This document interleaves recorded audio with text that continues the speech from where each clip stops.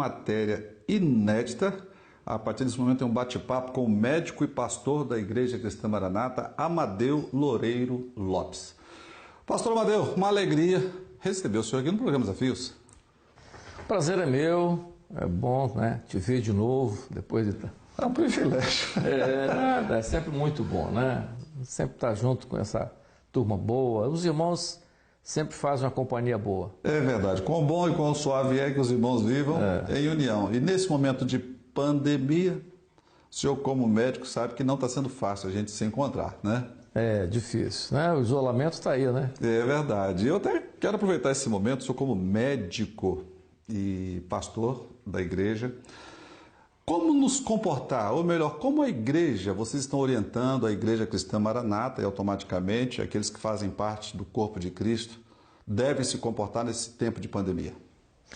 Olha, a administração da igreja, logo que surgiu, tomou, né, todas as medidas que os órgãos de saúde e o próprio governo tinham orientado. Paramos com os nossos cultos, suspendemos as reuniões de Manaíns. Nós tínhamos, né, na próxima semana, logo que veio a orientação do governo, uma semana depois nós tínhamos reuniões de Manaíns com mais de 3 mil pessoas. Nós em Manaíns nós tínhamos em torno de 70 mil pessoas, só nos Manaíns. Nós suspendemos tudo, suspendemos os cultos, que são mais de 6 mil templos, aqui no Brasil, fora no exterior. Então a orientação, não só para o Brasil, mas para o exterior, foi suspendemos os cultos.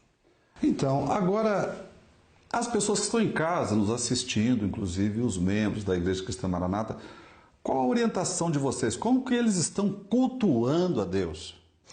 Aí nós tivemos a própria direção da igreja tomou, quer dizer, nós tínhamos que tomar uma posição para suprir isso, quer dizer, essa ausência dos cultos, porque você conhece um pouco a igreja tem reuniões, ela tem culto às madrugadas, ela tem algumas igrejas têm culto ao meio-dia, em igrejas que são próximos de locais, de áreas comerciais, culto ao meio-dia e também à noite. Então a igreja se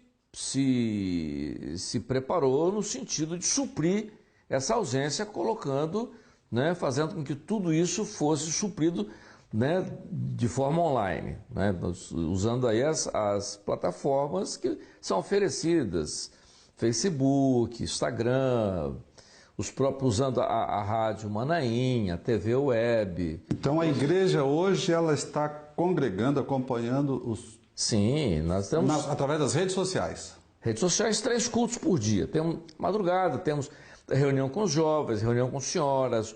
O culto faz muito bem. O crente, ele participa do culto e o culto é uma vitalidade para ele. Isso faz falta.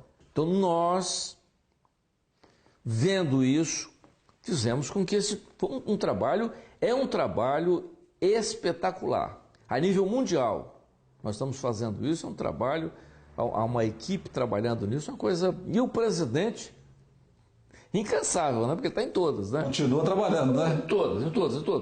E ele está que está. Isso é muito importante. Inclusive, aproveitando sobre a importância de culto, tem muitas pessoas em casa que às vezes não é membro de igreja nenhuma.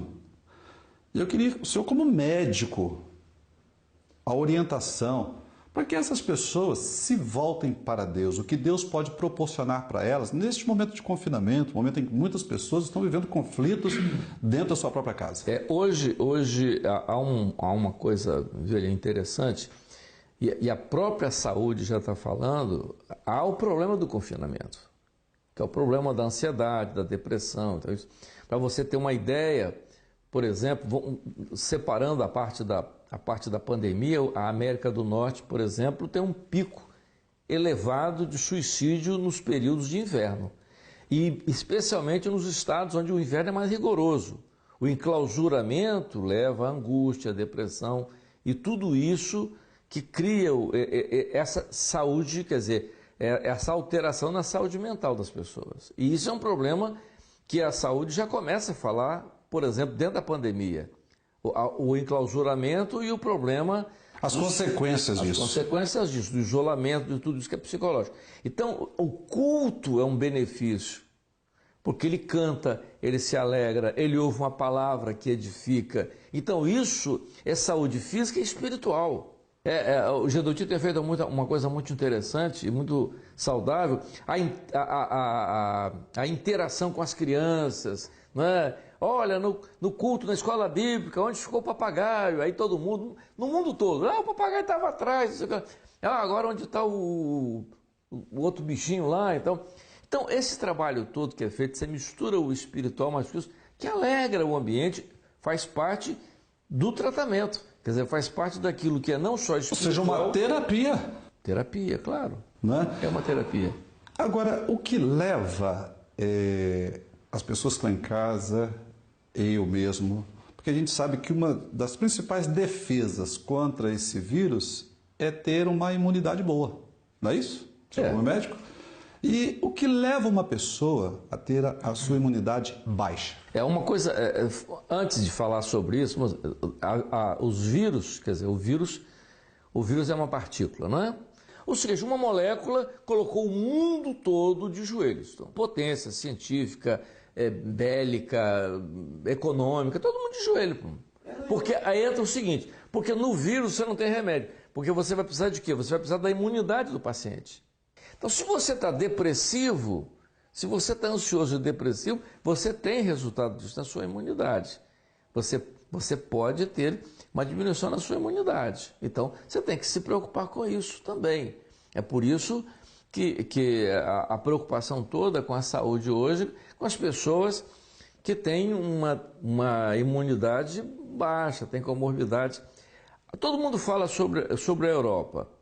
A crise maior da Europa, somente Itália e Espanha, está dentro de 2 pontos. Primeiro, olha só, população idosa e fumante.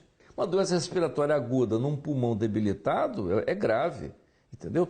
O grande problema nesses países, principalmente na Europa, que é o índice de fumante astronômico. Então é o seguinte, paciente idoso, fumante, a mortalidade é muito alta.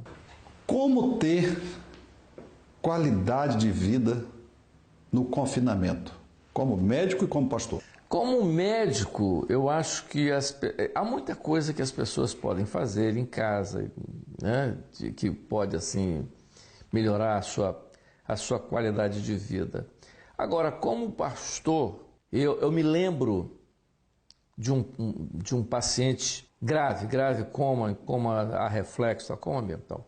Os médicos orientam, às vezes, que nesse paciente em coma, alguém às vezes fica falando alguma coisa do lado, entendeu? Dizem que isso tem alguma ação, né? Há estudos, né, sobre isso. E ele, quando acordou do coma, ele lembrava de um texto da Bíblia.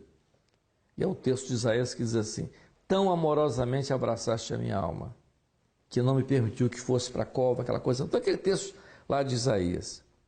Quem é que pode abraçar a alma? E aí é que é a operação de Deus na vida do homem. O Espírito Santo opera, ele é capaz de entrar e alegrar o coração. Então, na verdade, a bênção nessa hora de confinamento, a presença de Deus, a presença do Espírito Santo, é por isso que a participação nos cultos, coisa maravilhosa. Você chega às 20 horas, liga lá, entra no YouTube, vai assistir o culto, você se alegra, você canta, você ouve uma palavra, isso é ótimo. E em casa, agora, pastor Amadeu, o que o nosso telespectador pode fazer, ou ele precisa fazer, para que ele tenha esse Deus que vocês pregam e que abraça a alma que está triste? Interessante que eu gosto muito de um texto que eu acho que é extremamente emblemático, que é um momento antes do final do ministério de Jesus. Ele chegou no meio do povo e disse: se alguém tem sede, vem a mim e beba. Ninguém entendeu nada. Quando Jesus fala de sede ali, ele estava falando de sede da alma.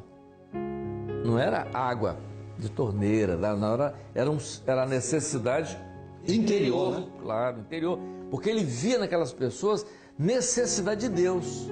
Porque eles estavam vivendo simplesmente uma coisa religiosa.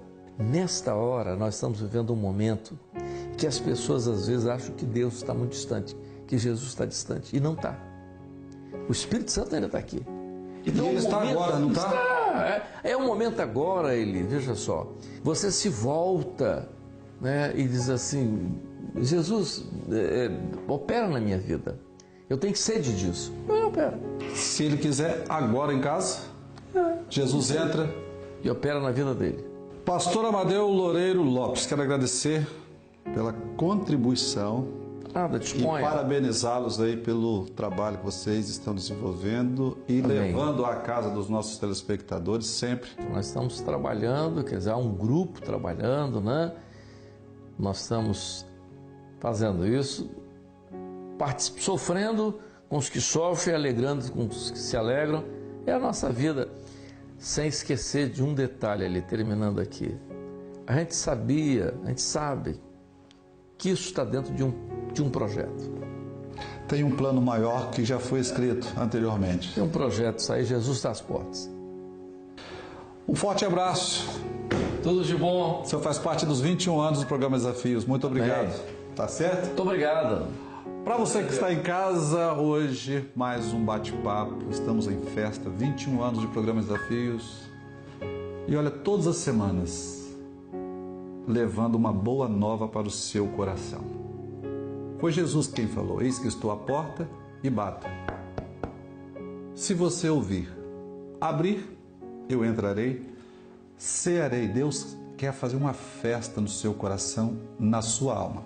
A escolha continua sendo sua. Desafios, volta já.